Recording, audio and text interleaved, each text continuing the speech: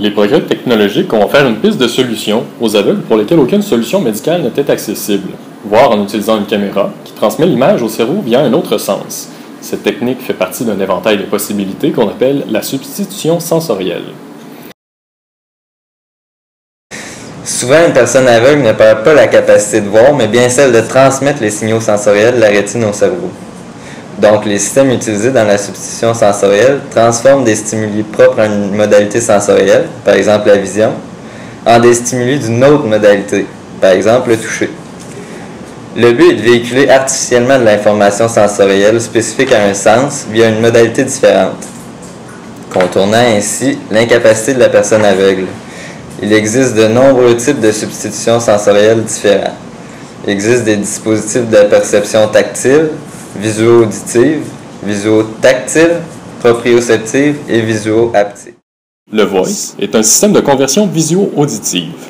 Ce système convertit des images captées par caméra en motifs sonores. Le son produit est complexe. Il varie en fonction de la position et de la luminosité des pixels. La position sur l'axe vertical du pixel est représentée par la fréquence, et c'est la luminosité en intensité sonore. Cet outil peut servir au déplacement, à la localisation et à la reconnaissance d'objets dans un environnement en 3 dimensions. Voici un exemple d'image convertie en son. Les systèmes visuotactiles convertissent l'image en vibrations ou petits chocs électriques sur la peau. Par exemple, le TDU consiste en des électrodes placées sous la langue qui produisent des picotements pour communiquer l'information captée par caméra. Nous cherchons à répondre à la question « Dans quelle mesure la substitution sensorielle remplace-t-elle la vision ?» Autrement dit, pouvons-nous vraiment voir avec notre peau, notre langue ou nos oreilles? De prime abord, la vision nous semble un phénomène courant et facile à saisir.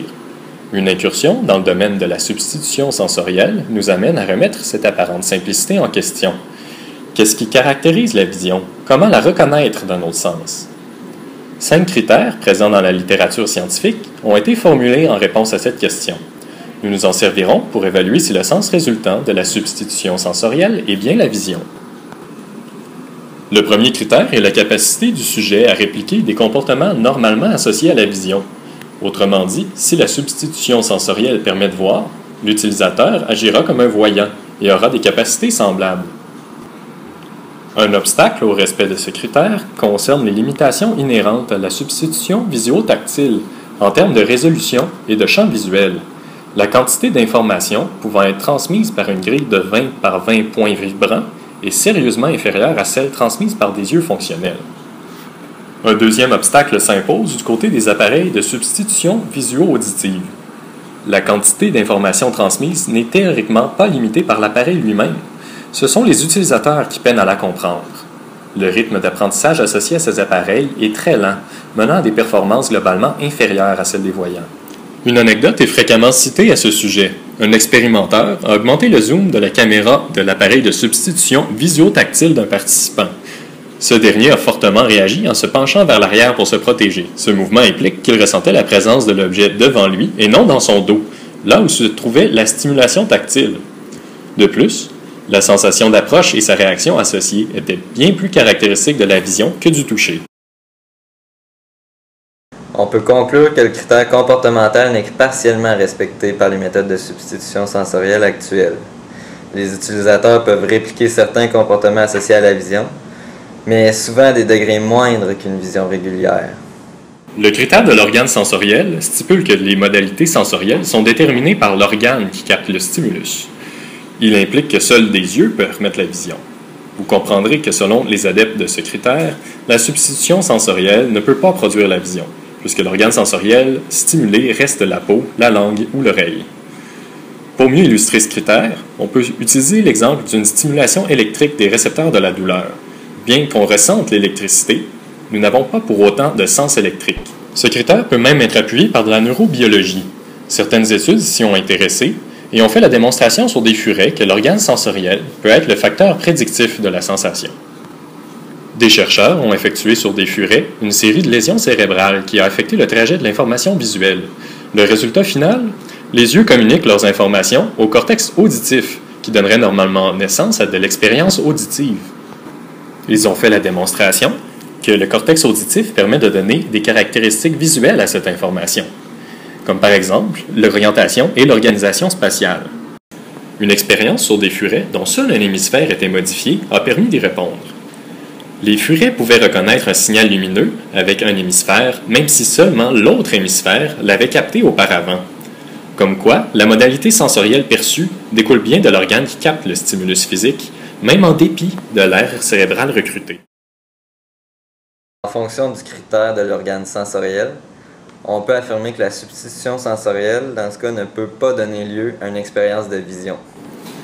En fonction du critère sensorimoteur, ce n'est ni l'organe sensoriel, ni le cerveau, ni le stimulus sensoriel qui définit le sens, mais plutôt l'interaction entre l'organisme et son environnement. Prenons l'exemple de la vision et de l'audition. Quelqu'un se situe devant moi et me parle. Je le vois et je l'entends. Si je mets mes mains devant moi, je ne le vois plus, mais je l'entends quand même parler. Si je place une pièce de monnaie à différents angles et différentes distances, la taille et la forme peuvent sembler varier, mais au toucher, je n'aurai pas cette illusion. Pour faire l'expérience de la vision, il faut donc interagir avec l'environnement selon le patron d'interaction caractéristique de la vision. Par exemple, dans le cas de la substitution visuotactile, lorsqu'un objet s'approche, il prend plus de place sur la surface réceptive, ce qui reproduit l'impression de rapprochement liée à l'augmentation de la taille d'un objet dans le champ visuel. Il est reconnu que le sujet doit lui-même manipuler la caméra pour avoir la perception que les objets observés se situent dans l'espace autour de lui. En pouvant manipuler la caméra, le participant peut recréer les interactions sensorimotrices liées au déplacement des yeux dans l'espace et se rapprocher de l'expérience de la vision. Il faut admettre que tous les aspects de la vision ne sont pas substitués par les technologies. Certains ajustements oculomoteurs n'ont pas d'équivalent au niveau du contrôle de la caméra. De plus, aucune méthode actuelle ne permet de répliquer les interactions spécifiques à la vision binoculaire. On peut donc dire que les méthodes actuelles ne répondent qu'en partie aux critères sensorimoteurs. Seulement certaines interactions caractéristiques de la vision ont pu être démontrées. Le critère neurophysiologique stipule qu'un sens peut être identifié par l'aire cérébrale qu'il utilise. Donc, si l'aire visuelle du cerveau est utilisée, le sens sollicité est bien la vision. Des études utilisant l'imagerie par PET scan ont exploré ce critère. Une d'entre elles impliquait des participants voyants aux yeux bandés et des aveugles précoces, entraînés et évalués à la reconnaissance de figures géométriques à l'aide d'appareils visuo-auditifs.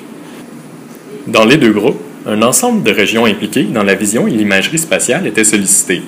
Cependant, l'aire de Brodmann 18, une aire du lobe occipital impliquée dans l'association visuelle, n'était utilisée que par les aveugles précoces. De plus, lorsque cette aire était inhibée par stimulation magnétique transcrânienne, les aveugles performaient moins bien à la tâche. L'activité particulière de cette région cérébrale chez les aveugles représentait donc une utilisation fonctionnelle de cette aire visuelle. Il existe plusieurs preuves semblables que les méthodes de substitution sensorielle font appel aux aires visuelles du cortex cérébral.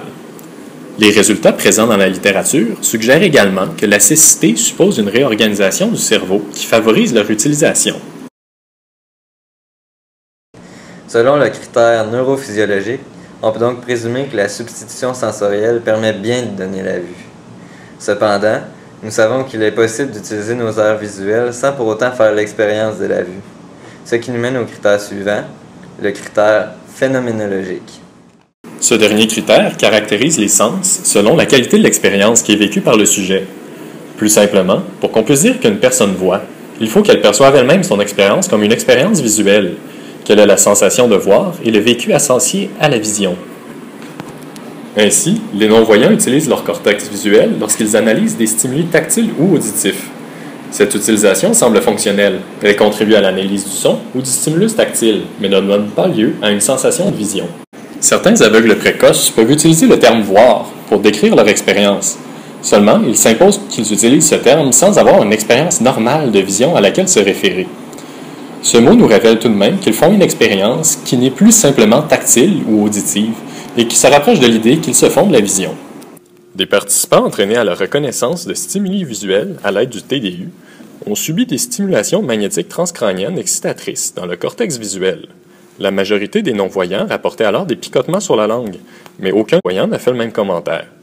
Ainsi, il semblerait que chez les aveugles entraînés à l'utilisation du TDU, le cortex visuel donne lieu à des sensations tactiles. On pourrait être tenté de conclure que le TDU provoque donc seulement une expérience tactile, mais l'étude ne statue pas à ce sujet. Des patients ayant perdu la vue à l'âge adulte, des années avant d'adopter et de devenir des utilisateurs experts de la technologie Voice, ont témoigné de la réapparition de phénomènes distinctement visuels, soit la perception de lumière. Ils l'ont décrite comme distincte de leur vision résiduelle, donc directement causée par la substitution sensorielle. Les expériences rapportées par les aveugles les mieux entraînés à l'utilisation de substitutions sensorielles confirment bien qu'elles comportent des éléments de nature visuelle. Quelques résultats suggèrent à tout le moins que ces expériences ne sont pas purement visuelles ou incomplètes. On peut constater que la substitution sensorielle dans ses formes actuelles répond seulement en partie à la majorité des critères établis. Le critère de l'organe sensoriel, qui était par définition contraire à l'idée de voir par substitution sensorielle, fait exception. Seul le critère neurophysiologique était respecté de façon satisfaisante. On peut en conclure que la substitution sensorielle, malgré ses nombreux éléments communs avec la vision, résulte en un sens différent. C'est en fait davantage un mélange avec la modalité substituante, dont les fonctionnalités sont plus limitées. C'est ce qui peut expliquer la déception de certains non-voyants à l'essai des méthodes de substitution sensorielle actuelles.